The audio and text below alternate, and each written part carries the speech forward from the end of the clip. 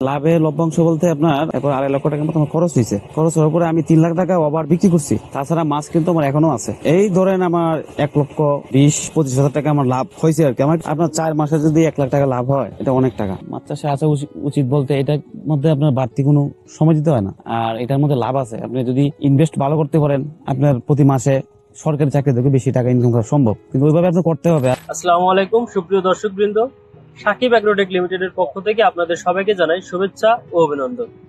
আমি মোহাম্মদ আখতারুজ্জামান আজকে আপনাদেরকে নিয়ে উপস্থিত হয়েছি নেত্রকোনার মধুপুরে। আজকে আপনাদেরকে এমন একজন খামারি ভাইয়ের গল্প শোনাবো যিনি মাছ চাষে সফলতা অর্জন করছেন। তিনি দীর্ঘ 7 বছর মাছ চাষ করছেন কর্তৃক সূত্রের পুকুর, এবং বর্তমানে তার লিজ নিয়ে বড় পরিসরে মাছ চাষ করছেন। তার পুকুরে কি ধরনের মাছ আছে, কি মাছ আছে, মাছ কিভাবে চাষ করছেন, এর সব কথাই আজকে আপনাদের সামনে তুলে ধরবো। চলুন শোনা যাক সেই ভাইয়ের গল্প। আসসালামু আলাইকুম ভাই। ওয়ালাইকুম সালাম। ভালো আছেন ভাই? জি জি, ভালো আছেন? জি আছি আলহামদুলিল্লাহ ভালো আছি। কি করছেন ভাই? তো ভাই জালটা একটু আচ্ছা আচ্ছা, ঠিক করতেছি। ব্যস্ত আছেন? আপনার সাথে একটু সময় যাচ্ছিলাম, কথা হবে কিনা? হ্যাঁ বলেন, সমস্যা নেই। ভাই কিসের জন্য এত ব্যস্ততা?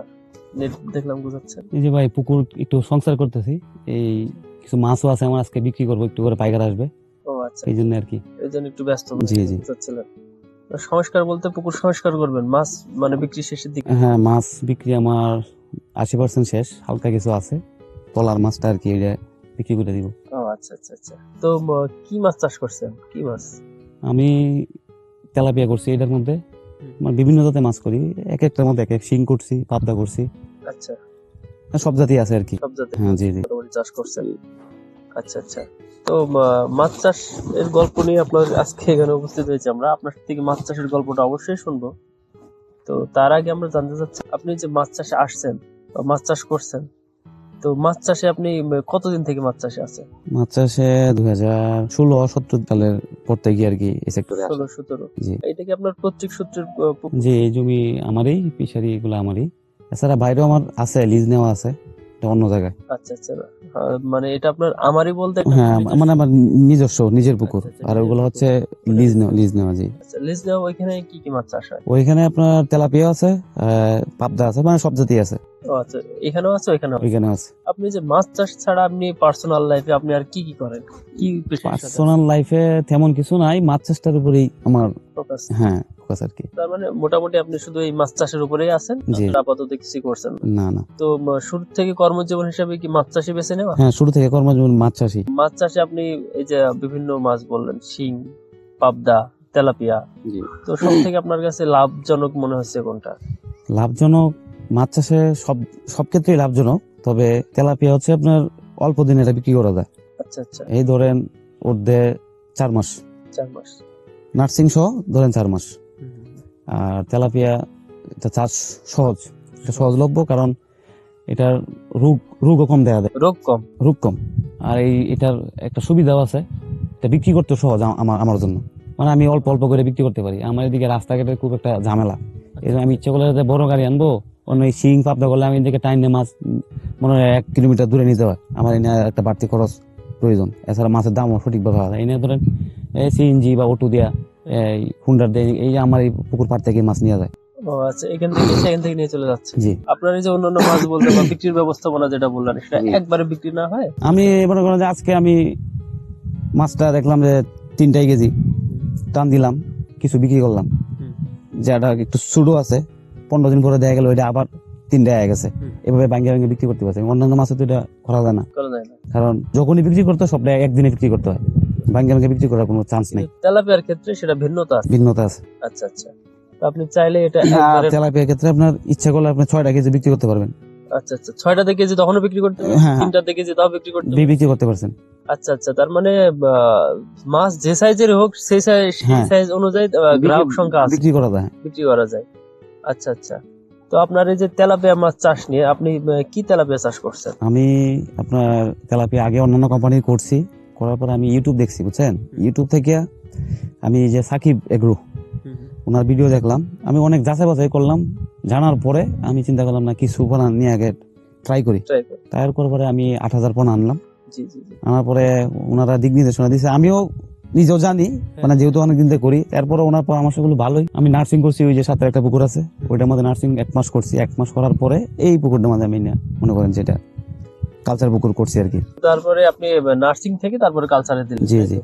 তো এই যে নার্সিং এর বিষয়টা, নার্সিং কেন করলেন? নার্সিং করতে হয় আপনার মনে করেন আমরা যে ধানের যে জমি লাগাই, ইচ্ছা করলে কিন্তু আপনি সরাসরি ধানে নিয়ে রোপণ করতে পারবেন না। হুম, এটাকে প্রথম নার্সিং করতে হবে, একটা ছোট বেডে এটাকে রাখিয়া পরে এখান থেকে ছাটাই করে ভালো দিনে লাগাইতে হবে।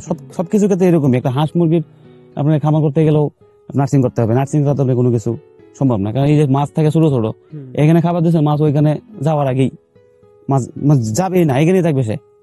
নার্সিং করতে হয় এই জন্য। আবার খাবারটা ঠিক হ্যাঁ, খাবারটা ঠিক মতো পাচ্ছে। আচ্ছা আচ্ছা আচ্ছা এই মানুষের এই ধরেন শিশু বাচ্চা যেরকম, এরকম ভাবে মনে করেন 1 মাস আপনি লালন পালন করেন। নার্সিংটা হচ্ছে মেইন। আচ্ছা নার্সিং যদি আপনার সমস্যা হয়ে যায়, আপনার সবই সমস্যা হয়ে গেল, মানে মাছ চাষটা পুরোটাই আপনার লস। নার্সিংটা হচ্ছে মেইন মাছ চাষে। নার্সিং টাইমে আপনি তো এর আগেও মাছ চাষ করছেন, তেলাপিয়া মাছ করছেন অনেক। জি জি, অনেক শুরুতে গিয়ে নার্সিং করতেন প্রত্যেকটা? আমি অন্যান্য তেলাপিয়া নার্সিং করছি, এতটা গুরুত্ব দিছে না। কিন্তু আমি যখন আপনাদের কোম্পানি থেকে আনলাম, আমার বারবার বলে দিছে নার্সিং করার লাগে, বারবার বলেছে নার্সিং। প্রয়োজনীয়তাটা আপনি কি তখন থেকে বুঝছেন নাকি আগের থেকে? আগে এতটা ভাই গুরুত্ব দিছে না। আচ্ছা। মনে করেন গাইডলাইন যার এখান থেকে ফোনা আনছি, ধরেন সঠিকভাবে ফোনা বিক্রি করছে, শেষ এতটুকুই। আচ্ছা আচ্ছা ফোন দিছি, পাই আপনি এইভাবে মানে একটা উল্লা পাল্লা করে বলে দিল, করে দিলাম, এতটুকুই। আমার মনে করেন যে আমি এই ফোন আনার পরে আমি যখন আমার সমস্যা হয়েছে, আমি ফোন দিছি যে ভাই কখন কি দেওয়া, এইখান থেকে ফোনে তারা যোগাযোগ করে সঠিকটা বলে দিছে। তাছাড়া আপনার এই যে একটা বই, সবচেয়ে গুরুত্বপূর্ণ হচ্ছে যে বইটা। এই বইটা দেওয়া অনেক কিছু আমার উপকার হয়েছে। আমি কিন্তু আগে খাবার দিতাম উল্লা পাল্লা, বস্তায় না ডাইলে ছেড়ে দিলাম, মাছ খাইলে অর্ধেক খাবার নষ্ট হয়ে গেছে। কিন্তু এই বইয়ে তো আপনার মাছের ওজন প্রতি ঘর প্রতি খাবার দেওয়ার সিস্টেম দেওয়া আছে। এই বইটা আনার পরে আমার অনেকটা সহজ হয়েছে, খাবারও সেভ হয়েছে। বইয়ের মধ্যে অনেক দিক নির্দেশনা আছে, আপনার রোগ হইলে কি দিতে হইব, পুকুর প্রস্তুতি থেকে সব মানে ডিটেলস সব আছে। ও আচ্ছা, তো আপনার পুকুর প্রস্তুতের যে একটা সমস্যা, কিভাবে প্রস্তুত করব এই বিষয়ে কোনো হ্যাঁ হ্যাঁ বিষয় নাই? হ্যাঁ, না না, বইয়ে সবকিছু দেওয়া আছে? বইয়ে সব দিকে দেওয়া আছে, আমি নিজেও জানি। এরপর বই থেকে আমি আরো একটু আপডেট, মানে আমি একটু নতুন কিছু জানলাম যে না, ওইটা এভাবে করতে, ওইটা এভাবে করতে হবে। ও আচ্ছা, বই থেকে আপনি জানতে পারছেন, জি, বই জি। থেকে খাবার দিতে পারতেছেন। জি জি, সবচেয়ে গুরুত্বপূর্ণ হচ্ছে যে খাবারটা যে আমি যে ধরেন 30 থেকে 40টা যখন কেজি আছে নার্সিং এ, তখন আমি এটা 30টা কেজি আনার পরে এটার মধ্যে আনছি, তখন এই একটা হিসাব। আবার ধরেন 20 থেকে 25 তারিখ একটা হিসাব, এক এক সময় এক একটা হিসাবে খাবার দিতে হয়। আচ্ছা, মানে ওই সাইজ অনুসারে? সাইজ অনুযায়ী। ও আচ্ছা আচ্ছা আচ্ছা। ভাই আরেকটা বিষয় যদি জানতে চাই, আপনি যে প্রথমে বললেন যে আপনি নার্সিং করছেন, জি। এবং এখন বলছেন যে যখন 1 মাস পরে 30 থেকে 40 পিসে কেজি আসছে, তখন আমি এটাতে দিছি। আসলে প্রথমে যখন মাছটা নিছিলেন তখন কত পিসে কেজি ছিল? প্রথম দিকে মাছটা আমি যখন আনছি 6000 কেজি ছিল। 6000 কেজি। এই মাছটাই আপনি 30 দিনে 30 থেকে 40 পিসে কেজি হয়ে যাচ্ছে? হ্যাঁ হ্যাঁ হ্যাঁ। আচ্ছা আচ্ছা আচ্ছা। তো এটা কি সব কোম্পানির ক্ষেত্রে এরকম হয়েছে নাকি? সব কোম্পানি বলতে আমি যখন অন্য কোম্পানির নাম আমার বলা দরকার নাই, আমি আনছি, আনার পরে খাবার তো আমরা দিতাম 2 টাইম। অন্যান্য যখন সত্য কথা যেটা ভাই, যে আমি খাবার দিতাম 2 টাইম, কিন্তু ওই আপনাদের কোম্পানির এই ফোন আনার পরে এখানে দেখলাম খাবার তো 2 টাইম না, নার্সিং এর সিস্টেমে খাবার সেক্টরটা অন্যরকম। দিনে দেখলাম 4 বেলা খাবার দিতে হয়। 4 বেলা খাবার তো শতকরা 80% মানুষ জানেই না 4 বেলা খাবার দিতে হয়। এই সকালে দিল আর বিকেলে দিল, এতটুকুই। কিন্তু এই নার্সিং এর বেলা তো 4 বেলা খাবার দিতে হয়।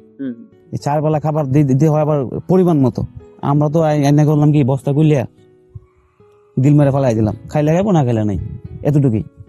আর ওইখানে তো পরিমাণ মতো দেওয়া আছে যে ও এতটুকু ওয়েডের এতটুকু খাবার দিতে হইব। সবচেয়ে ওই জিনিসটা সবচেয়ে গুরুত্বপূর্ণ। এই জিনিসটা আমাদের সবচেয়ে পছন্দ হয়েছে। খরচটা কমে যায়, তাই না? খরচটা কমে, খাবার সেভাবে পুকুরে আপনার অ্যামোনিয়া পচলে গ্যাস হয়ে যায়, এটা খাবার পচে গ্যাস হয়ে যায়, এটাই আপনার হয় না। এসে তেলাপিয়া চাষ সহজ, নিরাপদ এবং লাভজনক। এসে তেলাপিয়া চাষে হাজার হাজার খামারি আজ সফল। তাই খামারি ভাইয়ের প্রথম পছন্দ এসে তেলাপিয়ার পোনা। আপনি এমনি মাসিক পরিচর্যা কি করতেন? মাসিক পরিচর্যা ধরেন আপনার প্রতি মাসে চুন দিতে হয়, প্রতি মাসে একবার চুন তো দিতে হবে, চুন লবণে দৌড়া দিতে হবে আপনার। এছাড়া আপনি হ্যাঁ জীবাণুনাশক দিছি, তেমন একটা না, তেলাপিয়া তো রোগ তো তেমন একটা ধরে না। এরপর হ্যাঁ খুবই কম। গ্যাসের ডোজ করছি আমি, আমার ভাই কথা হচ্ছে আমি মাঝে মধ্যে করছি, আমার লাগে নাই, আমার মাছ সঠিকভাবে আছে, খাইতেছে খাবার, আমার তো দেওয়ার দরকার নাই, কিন্তু দেওয়া উচিত। কারণ হঠাৎ সমস্যা হইতেই পারে, যেহেতু আমি অনেকদিন যাবত করি, জানি যে কখন কি হয়। মানে পুকুরের পরিবেশ দেখে আপনি বুঝতে পারেন হ্যাঁ, যে বুঝতে আসলে পারি। প্রয়োজনটা নাই। প্রয়োজনটা নাই। আচ্ছা আচ্ছা, যে দীর্ঘদিন ধরে মাছ চাষ করছেন আপনার অভিজ্ঞতা থেকে। জি। তো এসে তেলাপিয়ার সাথে এসে আপনার নতুন কিছু হ্যাঁ, হ্যাঁ, আমার সবচেয়ে শিক্ষা এটাই যে মাছের যে নার্সিং এর যে বিষয়টা, জি জি যে খাবার দেওয়া, যে 4 বেলা যে খাবার দেয়, কারণ একটা শিশু বাচ্চাকে কিন্তু আপনার 2 বেলা খাবার দিলে কিন্তু হবে না। আমরা কিন্তু 2 বেলা খাবার দিলে চলবো, কিন্তু ওই যে বাচ্চাটা কিন্তু যে 2 বেলা দেন, তার গ্রোথ আর পারবে না। আচ্ছা এই যে মাছটা যে 4 বেলা খাবার দিছি, সঠিক টাইমে সঠিক দিছি, আমি সঠিক ফলাফল পাইছি। কিন্তু আমার একটা গাফিলতি দিছে ভাই, এই আপনার এইদিকে তো বন্যা হয়, আর এই যে ধরেন সাপের উপদ্রব বেশি, কিছু ফোনা সাপে খাইছে আর কি, এছাড়া ফোনা নষ্ট ও আচ্ছা, কম হয়েছে। চারিপাশে নার্সিং এর জন্য নেট করে দেন না? নেট বাই করছি না, এই আমার ভুল হয়েছে, একটু অলসতার কারণে এই আমার ক্ষতিটা হয়েছে, নাহলে ক্ষতিটা আমার হয় না। আচ্ছা আচ্ছা আচ্ছা। তো এবার দেখছি যে আপনি পার সংস্কার নিয়ে বেশ মনোযোগ দিচ্ছেন। হ্যাঁ, পার সংসার করার উদ্দেশ্য হচ্ছে আপনার পার পুকুরে শুধু মাছ থাকলেই তো আপনার হবে না, এই যে পার গুলাকে আপনার কাজে লাগাইতে হবে। পার গুলোর মধ্যে আমি পেঁপে লাগাইতেছি। পেঁপে। হ্যাঁ, মানে এই পার্টির মধ্যে যদি পেঁপে লাগাই দেই, পার মনে করেন যে এটা রিজেক্টই থাকে, পেঁপে লাগাই দিয়ে কিন্তু বাড়তি একটা আপনার ইনকাম হবে। এই দেখেন জায়গায় জায়গায় আমার মাথা করে রাখছে, গোবর এগুলো আমি করে রাখছি, ফুল প্রজেক্টই আমি এগুলা করবো আর কি। আচ্ছা আচ্ছা, এগুলো ফুল প্রযুক্তি আপনি কি নিজেই এগুলো সবকিছু দেখাশোনা করেন? হ্যাঁ, নিজেই আমি তত্ত্বাবধান করি, লোকও আছে। আমি নিজে, মানে লোক দিয়ে কোনো কিছু হয় না ভাই, নিজের কাজ নিজেই করতে হয়। লোক দিয়ে আপনি দায়িত্ব দেবেন, সে বুঝবে না যে কখন কি করতে হইব। দিলেন চয়ে পুকুরে চুন দিয়ে দেয়, উল্লা পাল্লা চুন দেয়, তুই দেবো মাছের একটা ক্ষতি দিয়ে দেবো। আচ্ছা আচ্ছা আচ্ছা, আসলে নিজে না থাকলে হয় না, না না, সবকিছু নিজে খেয়াল রাখতে হবে। নিজে খেয়াল রাখতে হবে। তো আপনি এই যে এসে তেলাপিয়া এবার মাছ চাষ করলেন, জি। হ্যাঁ, আপনি বলেন যে ইউটিউব থেকে আপনি দেখছেন, জি। তারপর অর্ডার করছেন। আমি সর্বপ্রথম আমরা ইউটিউব থেকে দেখছি, দেখার পরে ফোন দিছি, ফোন দিলে বলছে যে আমার একটা, আবার আমি যখন ফোন দিচ্ছি তখন ঈদের মৌসুম আছিল, ফোনের দাম একটু কম ছিল। এটা অফার ছিল? হ্যাঁ, অফার ছিল, একটা অফার। আমি অফারে ফোন আনছিলাম 8,000 ফোনা। তখন ফোন দিলাম, বললো যে আমাদের এদিকে শহরে নিয়ে আইবো, ফোনা ভালোই।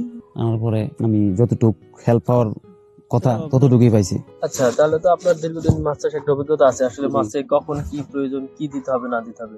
জি জি। তো এছাড়াও যদি অন্য কোনো সমস্যা হয়েছে বা মাছ চাষের ক্ষেত্রে কোনো বেগ পাইতে হয়েছে, সেক্ষেত্রে আপনি সমাধান কোথা থেকে পাইছেন? সমস্যা সমাধান বলতে আমি, আমার এখানে হোয়াটসঅ্যাপ নাম্বারও আছিল, সাকিব এগ্রু, এখানেও যোগাযোগ করছি, কন্ট্যাক্ট নাম্বারে যোগাযোগ করছি। জি।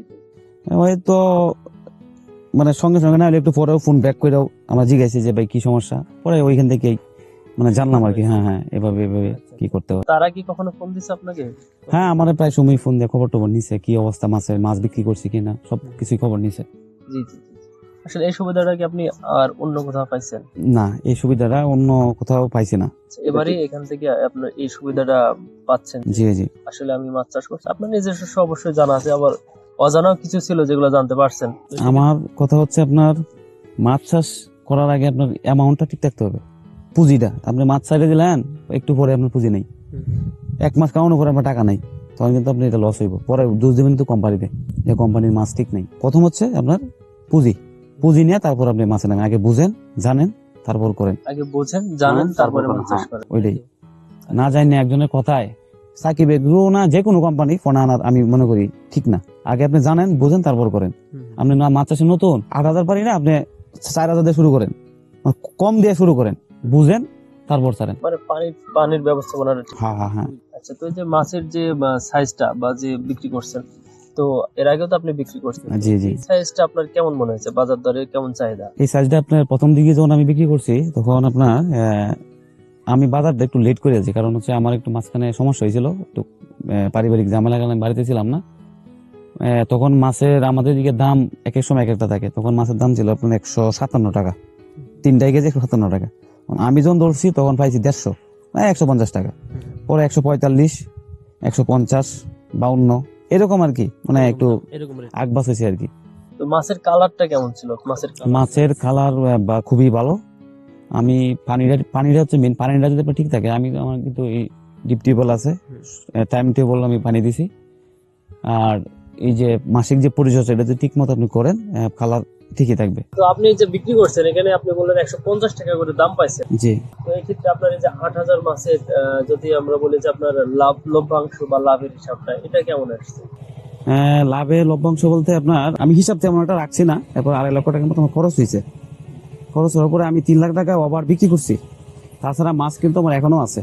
এই ধরেন আমার 1,20,000 25,000 টাকা আমার লাভ হয়েছে আর কি। আমার একটু কম হয়েছে কারণ আমার এই বন্যা ছিল তো ভাই, আমার অনেক মাছ কিছু নষ্ট হয়ে গেছে। নষ্ট হওয়ার পরে আমার লস হয়েছে না, ভালোই, খারাপ না।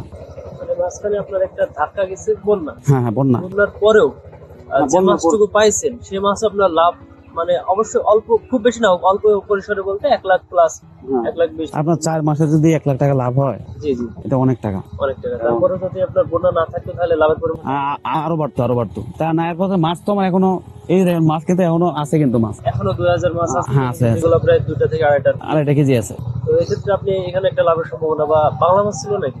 হ্যাঁ, বাংলা মাছ ছিল। বাংলা মাছ আমি কমই দিছিলাম, আমি একটু সিলভার ব্রিগেড একটু বেশি দিছিলাম, এই ধরেন 2.5 কেজি 3 কেজি এরকম হয়েছে আর কি। বাংলা মাছের জন্য তো আলাদা কোনো খাবার লাগে না, আলাদা কোনো খাবার? না না না, বাংলা মাছের এই যে তেলাপিয়ার খাবার দিলে আপনার এই এমনিতেই পুকুর একটা প্লান্টন হয়ে যায়, ওই খাবার থেকে বাংলা মাছ খাইতে পারে। বাংলা মাছের খাতে হ্যাঁ, এক্সট্রা কোনো খাবার দেওয়ার দরকার নেই। তো এক্সট্রা খাবার বলতে আপনি খাবার শুধু ফিট দিতেন নাকি হাতে বানানো কোনো খাবার দিতেন? না, আমি আপনার ফিড, বাসমান যে ফিড আছে, হ্যাঁ বাসমান ফিড খাওয়াইছি। ও আচ্ছা আচ্ছা আচ্ছা। তো এই ক্ষেত্রে আপনার খাবার কস্ট বা অন্যান্য সব খরচ বাদে এটা বড় অ্যামাউন্টের একটা যাই হোক, তা তো অবশ্যই।